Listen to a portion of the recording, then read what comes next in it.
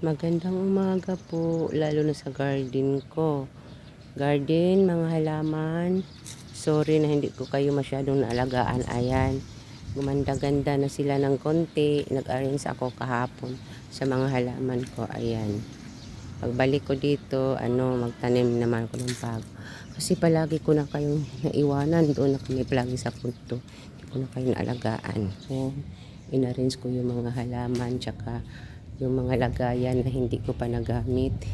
Tinabi ko silang lahat para sa maayos-ayos na. Ayan, gumaganda na kayo, diba? Gumaganda-ganda na yung halaman ko.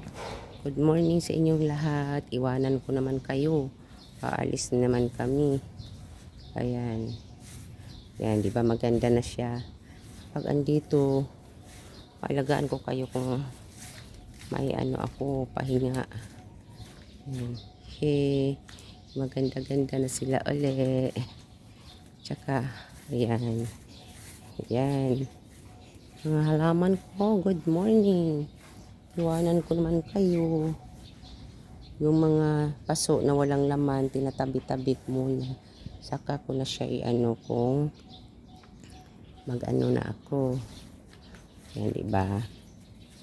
Ayos na siya. Gumaganda na. Namatay-matay na. Uy, kawawa naman ko. Yan yung mga paso na walang palagay.